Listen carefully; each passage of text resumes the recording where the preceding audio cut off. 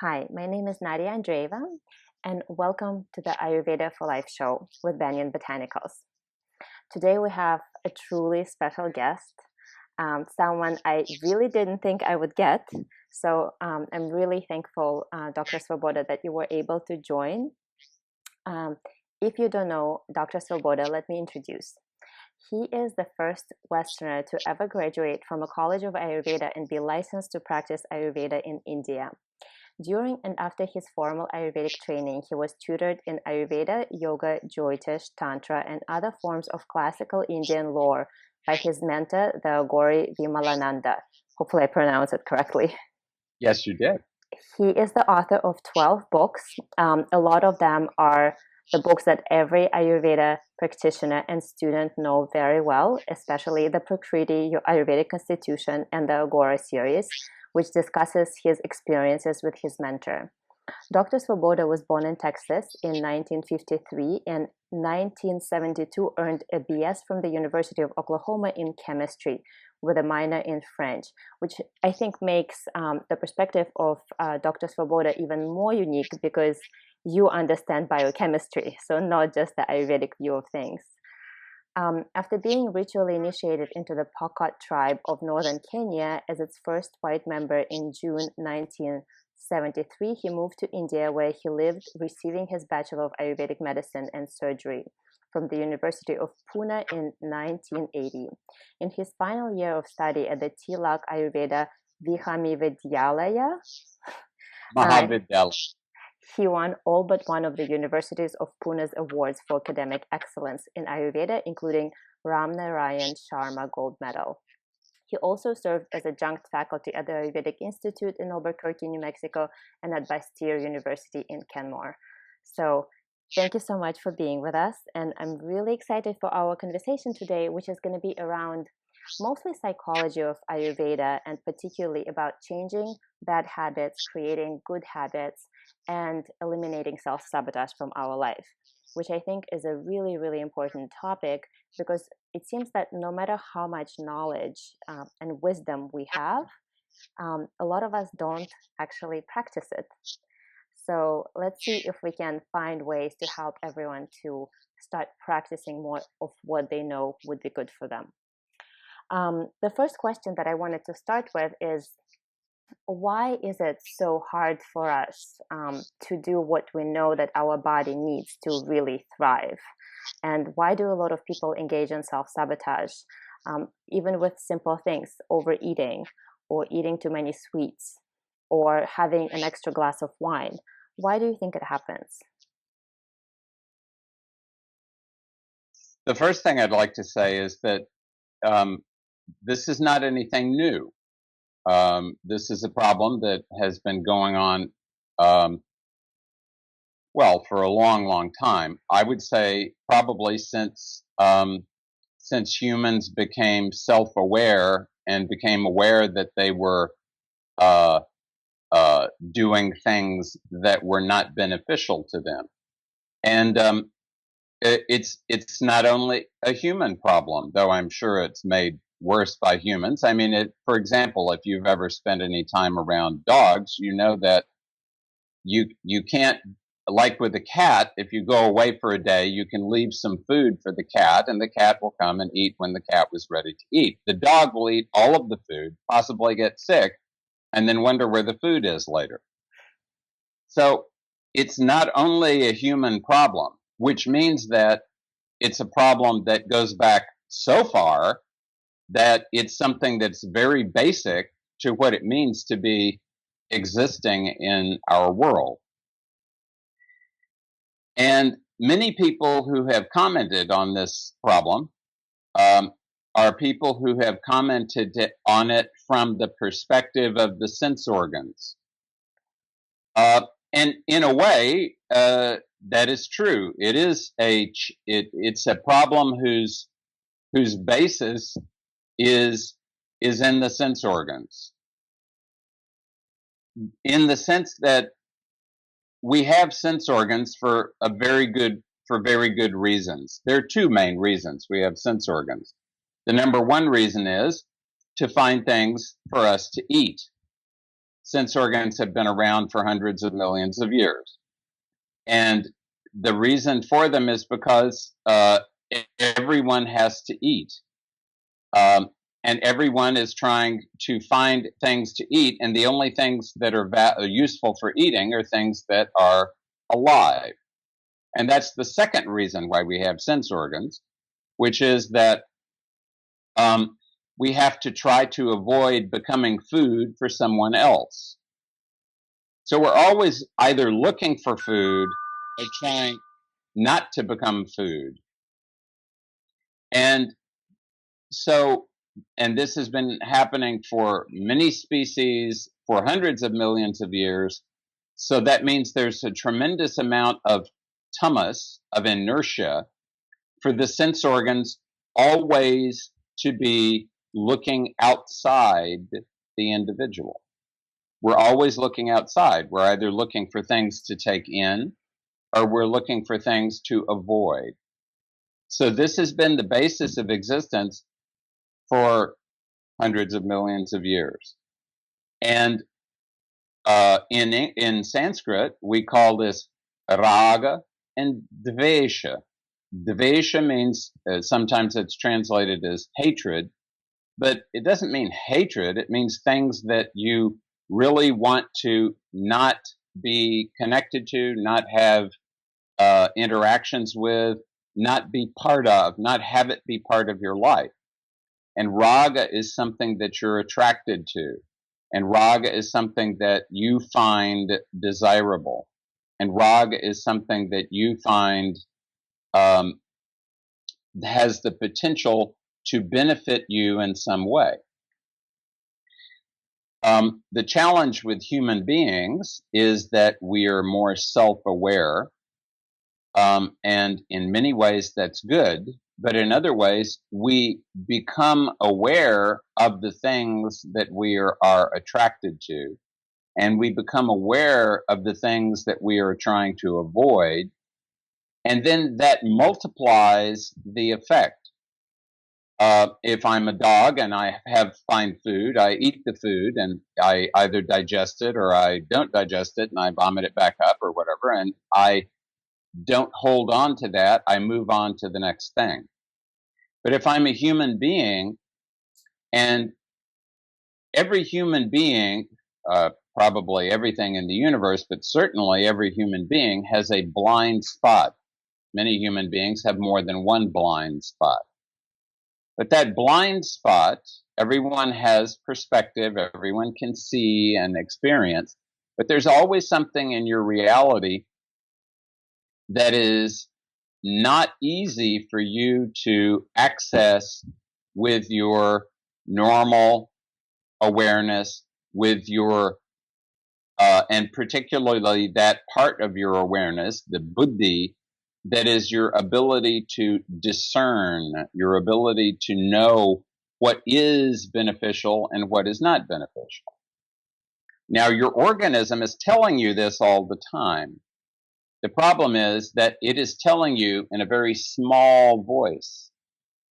And the bigger voice that we have in our head is usually the voice that's being created by raga and dvesh. It's usually the voice that's being accessed by and multiplied by, amplified by the sense organs. The sense organs are just doing their jobs.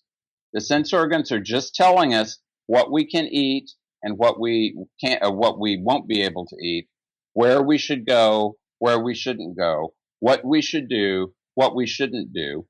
It's up to us to understand whether or not at any one moment to take advantage of that. But when you have a blind spot, which means maybe you're a little more attracted to food than you should be, or you're more attracted to money, or you're more attracted to fame, or you're more attracted to sex, or you're more attracted to sleep, or whatever it is, you only have to be a little bit more attracted to that thing for you to start to move in the direction of that thing without being able to easily remind yourself of what your limits should be in that connection. Mhm. So it's an interesting thing that you're describing. It seems that from one perspective, being in an environment like our ancestors were, when there were less triggers, less things that they saw on a daily basis that they could desire, they didn't really have to face with that issue. When there was lots of food, they would overeat, but then they would have 2 days of starvation. Um, Now, in a society where the desire is being triggered by so many things, and it's by market, basically market driven, and everyone wants to sell, and to increase that desire, the humans have to face that even more than ever. Much, much more than ever. I remember seeing a movie in Australia. I believe it was called 10 Canoes. It was completely written, directed, and acted in by Aboriginal people. And it was a description of how life might have been 5,000 or 10,000 or 50,000 years ago. The Aboriginals are the people who are the oldest existing people. They have the oldest human DNA on the planet. And in the movie, we saw that there was one guy who was very fond of sweets, and everybody lived together in a small group, but he would send the young children out to find honeycombs so that he could eat them. And someone else, some other guy, was very interested. He was more interested in women than he should have been, and he got involved with someone else's wife, and that ended up being creating its own challenges and eventually tragedy for him. So, and this was back at a time when people were living in an environment in which there was, the environment of the great majority of Australia is, it's a very harsh environment where there is not a lot that you can desire. But in fact, desire was very much part of that reality. And now we've multiplied our potential desires by millions and billions because, as you pointed out very accurately, there are millions of individuals who are trying very much to attract your attention all day long. So it's not just the things that we are normally attracted by, uh, a place, food, and a place to shelter, and the things that we need to make use of the food and to be safe in the shelter and so on. Now it's all sorts of things that we never have, we were never exposed to before. We don't need, but but the people who understand these things have found ways to press on triggers that have been part of our reality for many, many, many tens of thousands of years to get us to desire those things and to move in those directions. And I think that that is probably the basis of what an individual needs to do in order to address this challenge.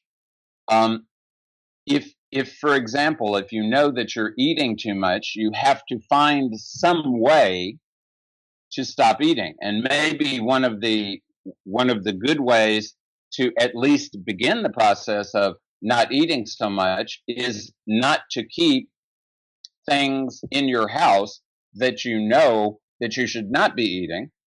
At least have them outside somewhere. So if you want to go eat them, you have to go you have to actively move away from where you are in order to go get them. Of course, nowadays, the big problem is um, the fact that everyone has little tiny devices in their pockets that can connect them to anyone, anywhere in the world at any time, can connect you to the uh, to the giant inter interface that we call the internet that can connect us to images and sounds and representations and information that come from everywhere. And in my opinion, the beginning of trying to bring your life under control is to bring these devices under control. There's some I forget what it is, there's some very large percentage of young people nowadays who sleep with their phones under their pillows. So they will not, they won't miss even for a moment, even the most unimportant tweet or posting or Snapchat or Instagram or whatever it might be. They won't miss anything. The first thing I think that you need to acknowledge is there's lots of things you're going to miss in life. There's lots of things you'll never do and never taste and never see and never be able to experience. And that it's a good idea for you to be able to acknowledge that right now. And the best way to do that is to take your device and put it away from you, at least while you sleep, and put it away from you while you eat. And this is in every country. I go to many countries nowadays. I mean, I've always been moving around, but I go to many countries even today. And in every country, I see people in restaurants at one table, each one with their own device. And these are not only children. These are also people who should know better, who are 50 and 60 years old. They're sitting there. Instead of interacting as human beings, they're all interacting with their devices.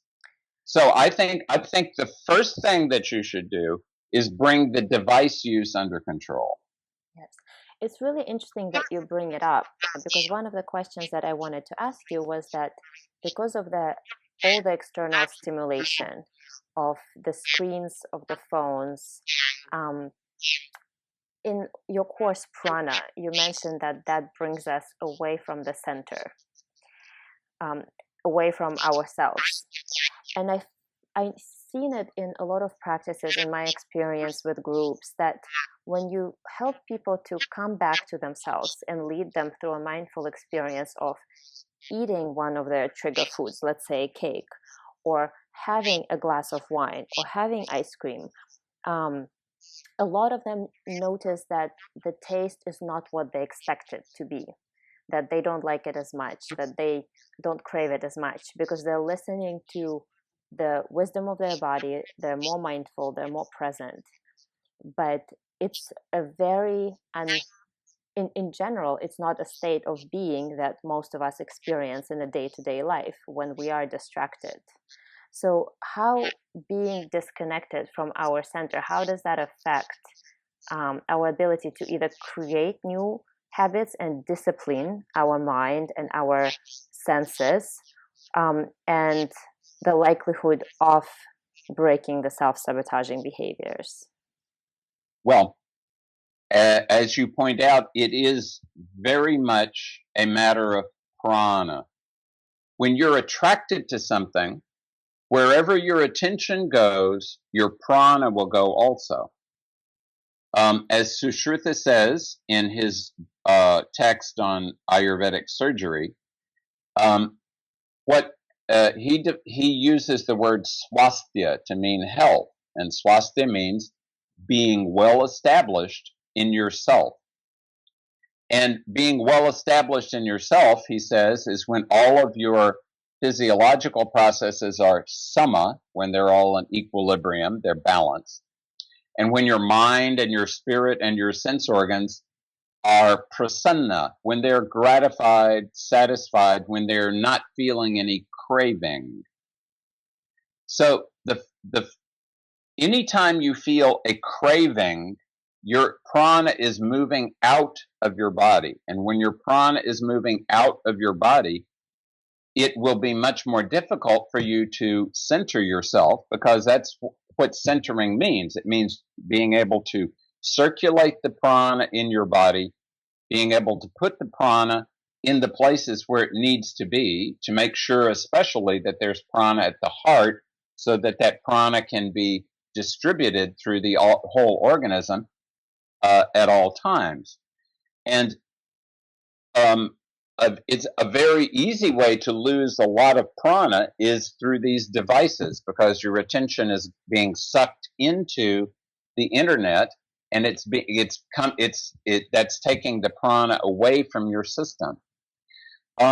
With regard to what you said about eating a trigger food mindfully, ironically, I think the basis of that problem is the basis of what allows us to live in the world in a complicated world like the one we have in a relatively functional way. It's very similar to what happens when you learn to drive. In the beginning, you have to pay attention. Now I will use the gear shift. Now I will hold on to, now I will move, I will indicate that I'm going to turn. In the beginning, you have to pay attention to it. After a while, it becomes second nature. It becomes something that you don't have to pay your active attention to, that you can do when you're focusing on something else, including for some people texting while they drive. Do not text while you drive, period. Thank you. So what happens is that a lot of things that we do that sabotage ourselves are things that we do as second nature on autopilot, just like we do when we're when we're pretending to multitask. You cannot multitask. It is not possible. You can do small things one after another, but that is not multitasking. You can only focus on one thing at a time. So it's very easy to get into automatic eating, automatic thinking, automatic doing all sorts of things that are not beneficial to you, because they are doing things automatically is something that we have learned to do in order to fit into this complicated world that we live in. So, absolutely, a very important thing to do to begin this process is to bring your attention back to everything that you do, to be mindful about what you do, to sit down and when you eat, pay attention to the food. And when you sleep, pay attention to sleeping, which means turn off all of the lights in the room, especially those little blue lights, blue LEDs, because blue light is really bad when it comes to trying to sleep. When you are going to focus on doing your work, focus on doing your work, but do it mindfully. Pay attention to what you're doing. When you brush your teeth, pay attention to brushing your teeth so that the teeth get well brushed. Whatever you do, the more mindfully that you do it, the better it will be done, and the less likely that it will become behavior that is going to sabotage you in some way. So, and I think a lot of people are aware of that, especially people who are interested in Ayurveda, in yoga. But for example, when I speak to a lot of women and we actually talk about what it is to focus your mind in your mouth, on your fork, in your plate, a lot of them are having really hard time doing that.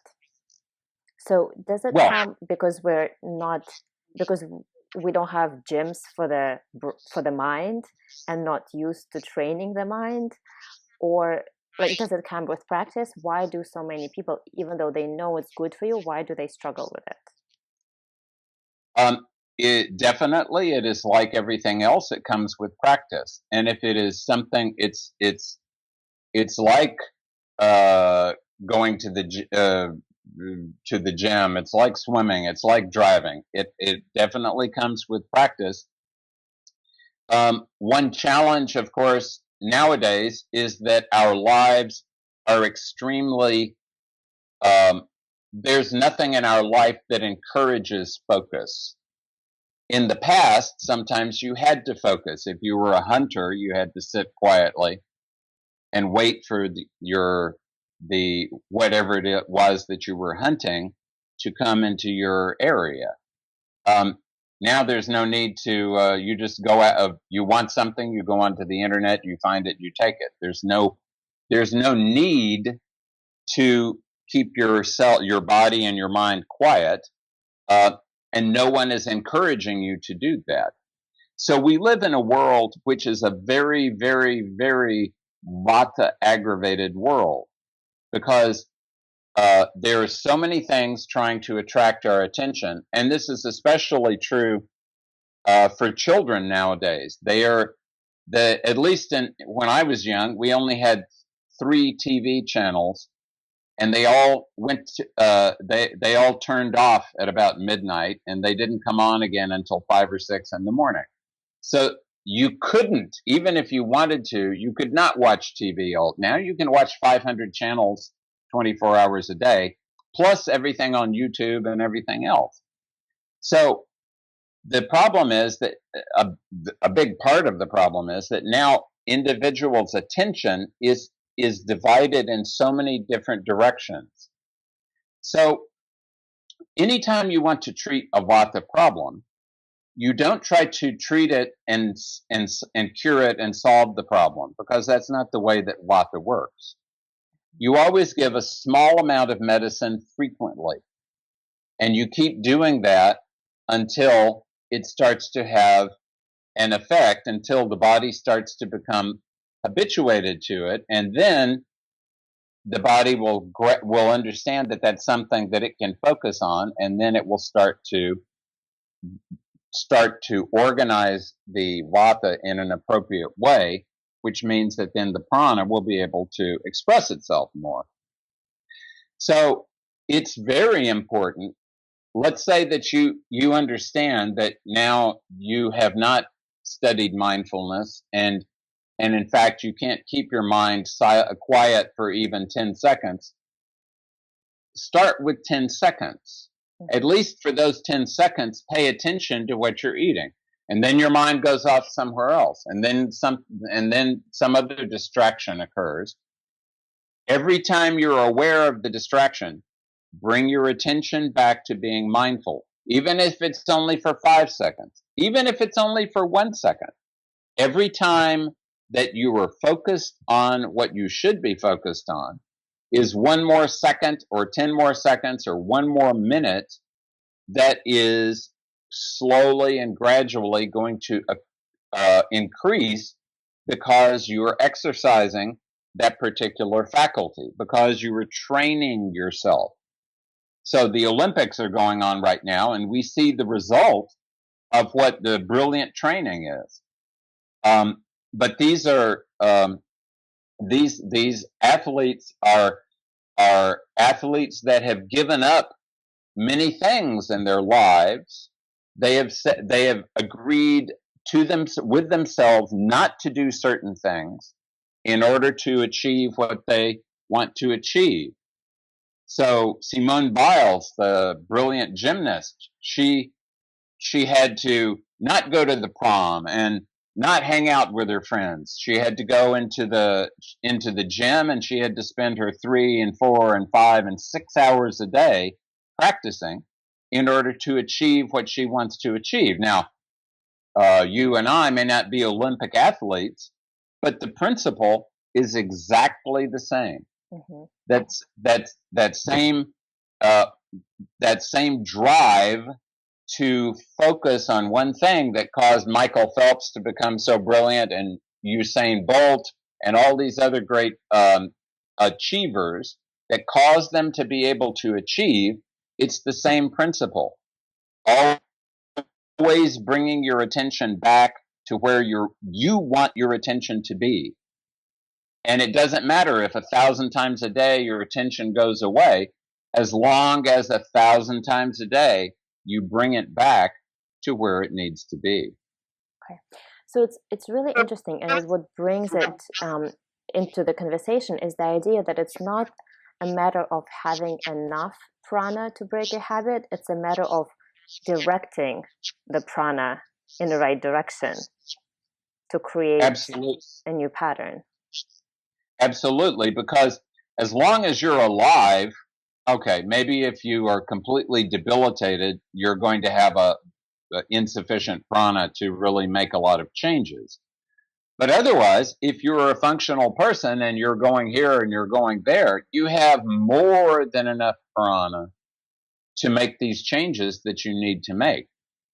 Your prana may be divided in too many different directions, so you will feel like you don't have enough prana, but that's because your attention is going to too many places. If you can bring your attention back to begin with, back to your body, to paying attention to just learning how to circulate the prana in your body, that in itself is enough to give you more vitality, because it's you personally, as long as you're a relatively functional individual, you have more than enough prana to make significant changes in your life. What you have to do is make sure you're not wasting your prana. Okay, so let's talk about, we spoke a little bit about not wasting prana in terms of the screens and multitasking. But if somebody wants to start learning how to work with prana, how to make sure that it's flowing, I know that in your prana course, you discuss it in detail and you actually give a practice. But here, could you describe a simple thing that people can start doing, maybe in the morning or whenever they remember, if they don't remember to do it in the morning, to start working with their attention and prana? Well, a really excellent thing to do in the morning, immediately after you wake up, before you do anything else, is just to do alternate nostril breathing. Inhale through the left, exhale through the right. Inhale through the right, exhale through the left. So right from the beginning of the day, you're doing a number of useful things for yourself. Number one is you're focusing on your organism and your prana. You're not immediately waking up and trying to find out what the latest news is. So you've made a good choice right there. You've made the choice of pratyahara, of turning inwards. Even if you don't do it all day long, you at least have turned inwards a little bit. Number two, you're encouraging the prana to move in a nice balanced way. We get prana from two ways: immediately by our breathing, and secondarily via our food. So we're getting prana and we're taking it in and we're putting it out every time we breathe. So by getting up and doing alternate nostril breathing, you're making yourself familiar with how your prana is moving in your body. So as you do more of that, you will be able to tell in the morning whether you are well aligned or not so well aligned. And if you're not so well aligned, don't become ambitious. Don't try to do a lot of things that you think you might want to do. If you are well aligned, then you can do more. So it's a good method of diagnosing what's going on with you. And it's also a way of helping to balance out the different parts of your organism, the sympathetic with the parasympathetic nervous system. So just getting up in the morning, sitting up in bed, and doing a little bit of alternate nostril breathing is a very good way to start the process off. Okay. Dr. Claudia Welsh always says to do it without using our fingers. So we're working more with energy versus the actual, I guess, because I think the mind can get distracted if we use our fingers. So we don't focus as much on the energy. Would you recommend the same, or would you recommend using the fingers in the beginning? I recommend using your fingers in the beginning so that you so that there's a little bit of a extra awareness, the awareness of the finger to the nostril, because your hand is a very important it's what we use to manipulate things. We're always using things with our hands. So this is a good way, because what you don't want to do is you don't want to torture your nostril. Mm-hmm. You don't want to press over in this way and then press over in this way. So it's a good way also to make you aware of just how forceful you tend to be with your hands, and then you can automatically you can you can you can pull your energy, that kind of forward pushing energy. You don't have to push quite so much. So I think for many people, it's a good way to also start the day, and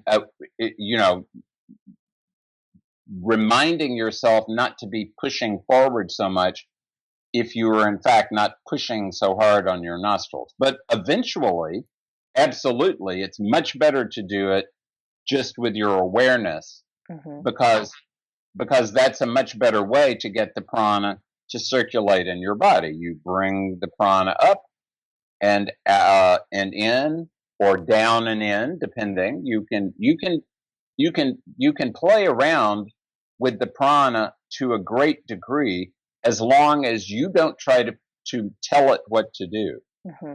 All you should do with the prana is be creating a space where it can move, where as it would like to move. And you want to encourage it to move regularly and slowly and deeply, as deep in your tissues as possible. So I definitely agree that ultimately you should be using just your mind for this alternate nostril breathing. But in the beginning, I definitely believe that using the fingers can be useful. Okay. So when I asked a lot of the people what they would like to know from you, they said that they would like to know about your morning routine. Is this how you start your day? My morning routine varies a little bit according to where I happen to be. And I move around quite a bit, and I've been doing that for 30 years. Um, but definitely the first thing that I do in the morning when I get up is that I look inside, ask myself what's going on the inside.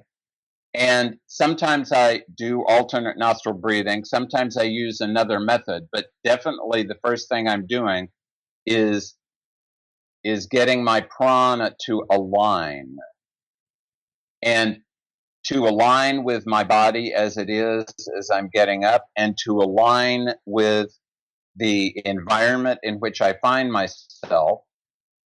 And I spend the first few minutes aligning. And then, depending on what I'm going to do during the day, I spend the next few minutes uh, getting my prana ready for whatever I'm going to do during the day. Mm-hmm. And that also, I mean, and there was a time I used specific exercises, but now, as with not using your fingers for alternate nostril breathing, I find it much easier just to um, it's easier, much easier. It requires practice, but it's much easier just to use the mind to realign the prana. And so much of the time, I mean, because I move around, sometimes I have to get up and go to the airport, etc. But much of the time, the first thing that I will do is meditate. Often that will be sitting meditation, and often I will get up, spend a 5 or 10 minutes aligning my prana, and then walk out the door and go for a walk for 40 minutes or an hour or whatever, and meditate while I'm walking. Mm-hmm. So I get up, align the prana a little, meditate, whether it's active or passive, and then do some uh,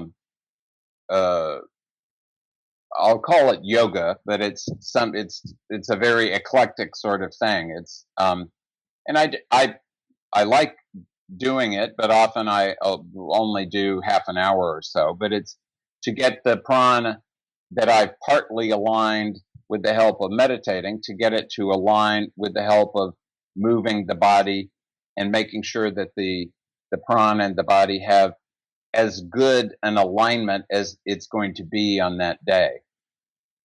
Thank you for sharing. Certainly. So I want to ask one more question. I know that we're close to the end of our time, but I think it's really, really important to address that. And it's about cravings and cultivating santosha. A lot of people are always craving something, as you mentioned, and don't feel satisfied even after they get it. So how do we learn to eat, to work, to have partnerships from already a sense of satisfaction, not in order to get it? Well, I think that one way is a way that you've described already, which is the more mindful you are. Let's say that you take something like that you're craving, a piece of cake, and if you sit and you eat that cake mindfully, and you eat it very slowly, so your body will have a chance to adjust to the cake as you eat it, you will find that, as you pointed out, often it just doesn't taste like you expected it will taste. So right away, we understand that the craving is not for the substance itself. The craving is for your picture of what that substance is, and your picture in your mind of what what you believe that substance can do for you. So the essence is that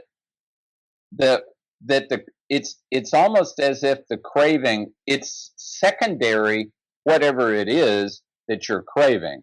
It's the craving itself, the sense of not having sufficient of something, that is the real problem. So, number one, it's a good thing to ask yourself whether, in fact, you are really in a situation of being deprived. Mm-hmm. There are many people in the world that are deprived who are living on less than $2 a day, and they don't have enough water, they don't have enough fuel, they don't have enough food. Those are really seriously deprived people. The majority of people like you and me are not deprived. We have food, we have water, we have a place to stay, we have everything we really need. So the cravings that we have are not cravings that are meaningful to the organism. They are only meaningful to the mind. So understanding the mind requires you to understand the nature of the craving and to understand that to understand that when you indulge in a craving, the most likely thing that will happen is that you will just crave it more. Mm-hmm. So you're strengthening the pattern. You're strengthening the pattern. So the most important thing is to stop strengthening the pattern. Let's say that and stop doing things automatically. Let's suppose that you like to eat cake. Don't keep the cake in the house. But you know where the cake is. You know where you can go to get cake. So make it a point when you go to that place, you're driving over there, you park your car, walk very slowly towards that place. Go into that place, the cake is over there, sit down and wait. Don't immediately go and order it. Postpone, delay, and every time that all during this point, keep asking yourself, do I really want the cake now? Because part of the craving is you telling yourself, this may be the last chance I ever have to have this cake. The cake store may disappear, I may die, anything may happen. This may be my last chance. But then you have to ask yourself, is this really seriously possibly going to be my last chance? Really, honestly, seriously? Everything that your mind is going to be using all kinds of thinking processes, it's up to you to use whatever thinking process you personally find useful for yourself. but not to permit it to simply automatically move you in the direction of the cake, but instead to, if you keep moving towards the cake, that's fine. If you eventually eat the cake, that's fine, but eat it very slowly. Remind yourself, this is what I was so focused on. This was what I was worried that I would never have again. Is this really what I'm most interested in? Is this really the thing that that is most important to me in life? The more that you ask yourself questions like this, the more you do things that don't allow you to automatically move in the direction of the thing you crave, the more you're breaking up the pattern. The pattern will have to be broken up many, many, many, many, many, many, many times. So what it seems is that the secret is in the pause, that the pause allows for discernment and making another choice. Absolutely. Because that's what santosha really is. It's a sense that there is no need to do anything. There is no need to go outside of yourself because you feel that you are quite adequate and quite well established in yourself. So even if that pause is only 1 second long, at least that's a pause. At least you've acknowledged that for that 1 second, you don't need anything. And then you build up that amount of time to 2 seconds and 5 seconds and 1 minute. And soon you will find that, in fact, I did not have to get up and immediately eat a piece of cake. I didn't even have to have one today. I can have one once a week. I can still enjoy it. I don't have to feel like I'm being deprived. I don't have to feel like I will never be able to satisfy my desire again. And in fact, I'm much better off from my health by doing things that way. Yeah, and that leads to less attachment to things. Less attachment, for sure. Well, thank you so much for being here today and for sharing your wisdom. I'm really hopeful that whoever watches this interview, that it will help you to get a better idea on how to break the old pattern and to direct your prana and your mind in a more constructive ways. So thank you so much for watching. Thank you, Dr. Svoboda, for being with us. And please subscribe to the channel for more interviews.